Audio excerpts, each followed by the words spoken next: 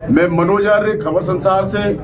रामलीलाओं का सीजन चल रहा है और हमारे कलरडुंगी विधायक आप देख सकते हैं हमारे पास बैठे हुए हैं। बाकायदा दशरथ की भूमिका सालों से निभाते हुए आए हैं। पूरी जानकारी अब इन्हीं से लेंगे। सर, रामलीलाओं का सीजन चल रहा है और आप विधायक भी हैं क्षेत्र के, और किस तरह बताएंगे? देखिए, बचपन से ये मुझे शौक रहा है कला का। मैंने बहुत से ड्रामाओं में पार्ट खेला है, वीर अभिमन्यु में खेला है, जय जवान जय किसान में खेला है, राजा हरिश्चंद्र में खेला है, गरीब की रोटी में खेला है। तो उसके बाद फिर मैंने पहली बार कुसुमखेड़ी की रामलीला में परशुराम का, और 7 साल कुसुमखेड़ी की जब रामलीला हुई तो मैंने उसमें परशुराम का खेला, अंगद का खेला। माने लेडीज पार्ट छोड़ के, हनुमान और रावण छोड़ के, राम लक्ष्मण भरत शत्रुघ्न छोड़ के मैंने सारे अभिनय हर पात्र के उम्र किए। एक दिन में 2-2 पात्र भी मैं बना। उसके बाद 7 साल के बाद ऊंचापुर में रामलीला आ गई। यहाँ पर मैं आया और 2 साल हमारे यहाँ के क्षेत्र के मजगाई जी ने दशरथ का पाठ खेला। उसके बाद से मैंने दशरथ का पाठ भी पकड़ लिया। लगभग 20 साल तक मैं अंगद, परशुराम, दशरथ खेलता रहा। फिर मैंने 44 वर्ष की आयु में अंगद का पाठ छोड़ दिया, क्योंकि अंगद युवा था, युवराज था, और फिर मेरी भी व्यस्तता बढ़ गई। फिर मैंने कुछ समय पश्चात व्यस्तता बढ़ी तो परशुराम का पाठ छोड़ दिया। लेकिन दशरथ क्योंकि वृद्ध व्यक्ति हैं और वो तब से अब तक मैं चला आ रहा हूँ। और आज भी, जबकि 1 महीने पहले मेरे पाँव के घुटने का ऑपरेशन हुआ है जी, बड़ा मुश्किल था पाठ खेलना, लेकिन ये प्रभु राम की कृपा है, मुझे उन्होंने फिर मंच पर उतारा और आज मैंने दशरथ की भूमिका फिर निभाई। सर, राजा दशरथ बहुत महान थे जिनका आप किरदार निभा रहे हैं। किरदार करते समय आपको कैसा फील, कुछ थोड़ा सा?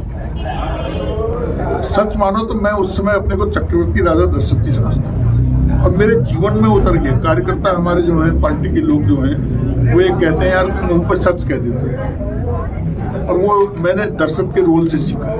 क्योंकि उसमें मैं कहता हूँ, हम नहीं बोले झूठ पलट जाता है, मई सारी उलट जाता है। तो वो मेरे जीवन का एक अंग बन गया।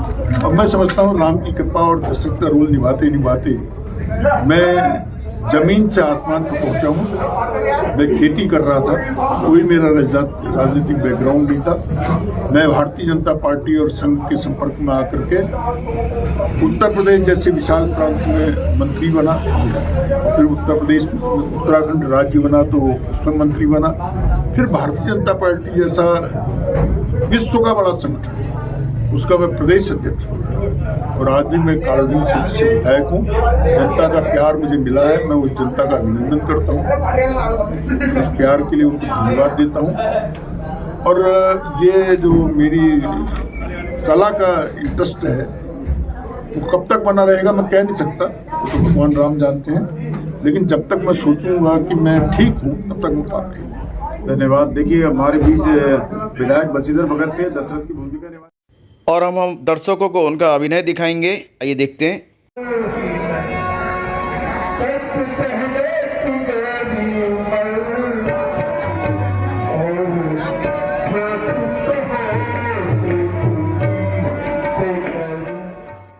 विधायक भगत जी कहते हैं उनको अभिनय करने की शक्ति मर्यादा पुरुषोत्तम राम की कृपा से आ रही है। धन्य स्वामी जो वरदान देने को कहकर आप बिजली को दियो।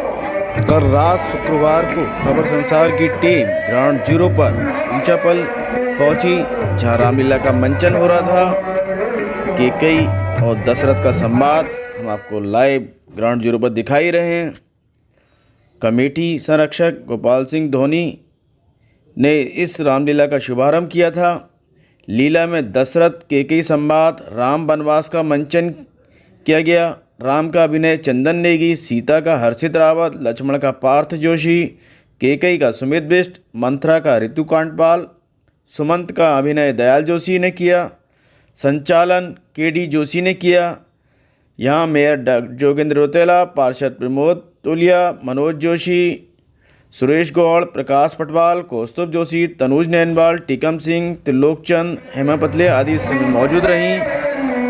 खबर संसार के दर्शकों को हम बताते चले, राजा दशरथ के बचपन का जो नाम था नेमी था और उनके पिता राजा आज थे और माता इंदुमती। जी हाँ, इंदुमती के बारे में कहा जाता है कि वे एक अप्सरा थी जो इंद्र के कहने पर जनक कहे जा सकते ऋषि तृणमूल के ध्यान भंग को भेजी गई थी, लेकिन ऋषि ने गुस्से में आकर क्रोधित होकर उनको श्राप दे दिया था कि वे मनुष्य योगी में जन्म लेंगी।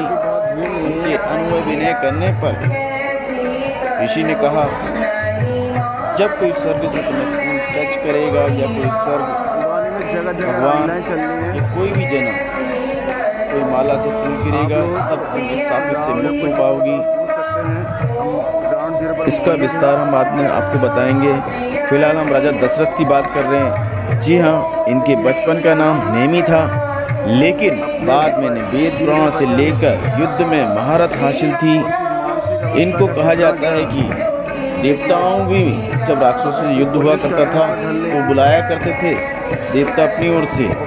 जी हाँ, इनकी सबसे बड़ी खासियत थी इनका जो रथ था सभी दिशाओं में यानी कि 10 दिशाओं में दौड़ सकता था, उड़ सकता था, पृथ्वी पर उतर सकता था, पानी में चल सकता था। 10 दिशाएं बताई जाती हैं। ये इनका नाम इसलिए दशरथ पड़ा। राजा दशरथ जो हैं सूर्य कुल के 38वें राजा कहा जाते हैं। नहीं महाराज, कदापि नहीं। राम को वन जाना ही होगा।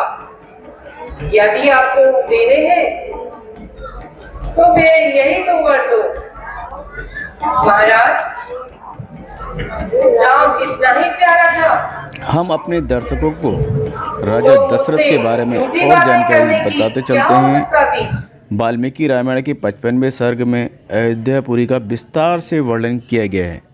सरयू नदी के तट पर बसे इस नगर की रामायण अनुसार विवस्वान यानी सूर्य के पुत्र वैवस्वत मनु महाराज द्वारा स्थापना की गई। दशरथ के जो वंशज थे वैवस्वत मनु इक्ष्वाकु कुल में उत्पन्न होते। रामायण के अनुसार नहुस के पुत्र ययाति और ययाति के पुत्र नाभाग हुए। नाभाग के पुत्र का नाम अज था। अज के पुत्र दशरथ हुए। यानी दशरथ जी के दादा का नाम जो था नाभाग था और इनकी माता का नाम इंदुमती था। इंदुमती कहा जाता है कि एक अप्सरा थी। राजा दशरथ की 3 रानियां थीं, कौशल्या, सुमित्रा और कैकेयी।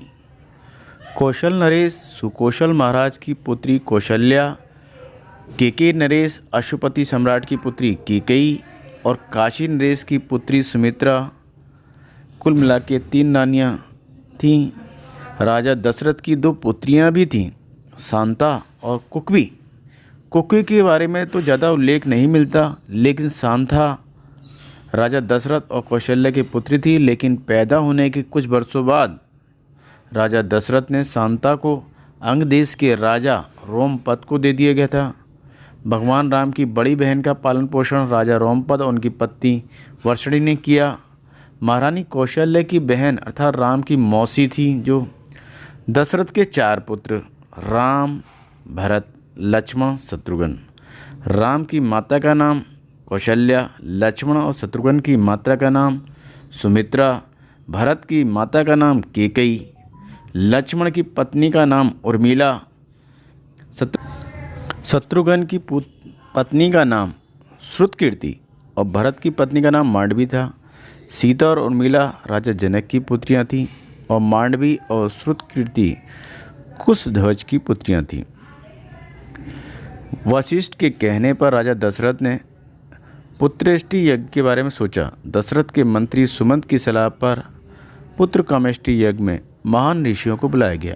इस यज्ञ में दशरथ ने श्रृंग ऋषि को भी बुलाया। श्रृंग ऋषि एक पुण्य आत्मा थी तथा जहाँ भी पाप रखते थे वहाँ यश होता था। सुमंत ने श्रृंग को मुख्य ऋत्विक बनने के लिए कहा। दशरथ ने आयोजन करने का आदेश दिया। पहले तो श्रृंग ऋषि ने यज्ञ करने से इनकार कर दिया, लेकिन बाद में शांता के कहने पर ही श्रृंग ऋषि राजा दशरथ के पुत्रेष्टि यज्ञ करने के लिए तैयार हुए। शांतना दशरथ की पुत्री थी जिसे दशरथ ने छोड़ दिया था। एक बार राजा दशरथ ने देवासुर संग्राम में इंद्र के कहने पर भाग लिया। इस युद्ध में उनकी पत्नी कैकेयी ने उनका साथ दिया। युद्ध में दशरथ अचेत हो गए। राजा के अचेत होने पर कैकेयी ने उन्हें रणक्षेत्र से बाहर ले गई। अतः प्रसन्न होकर दशरथ ने 2 वरदान देने का वादा किया था। तब कैकेयी ने कहा था वक्त आने पर मांगूंगी। बाद में मंथरा के कान भरने पर कैकेयी ने राम का वनवास और भरत के लिए राज मांग लिया, जो रामायण को पूरा चरित्र चित्रण करती है। ये कह सकते हैं कि ये ऐसा मौका था या ऐसी खास क्षण था जिसने रामायण को जन्म दिया, और रामायण ने जिसमें रावण का अंत होता है। इस तरह पूरा रामलीलाओं का मंचन लगातार चल रहा है और खबर संसार लगातार बना हुआ है। आपको ज़्यादा से ज़्यादा जानकारी अभिनय के साथ देने की कोशिश करते हुए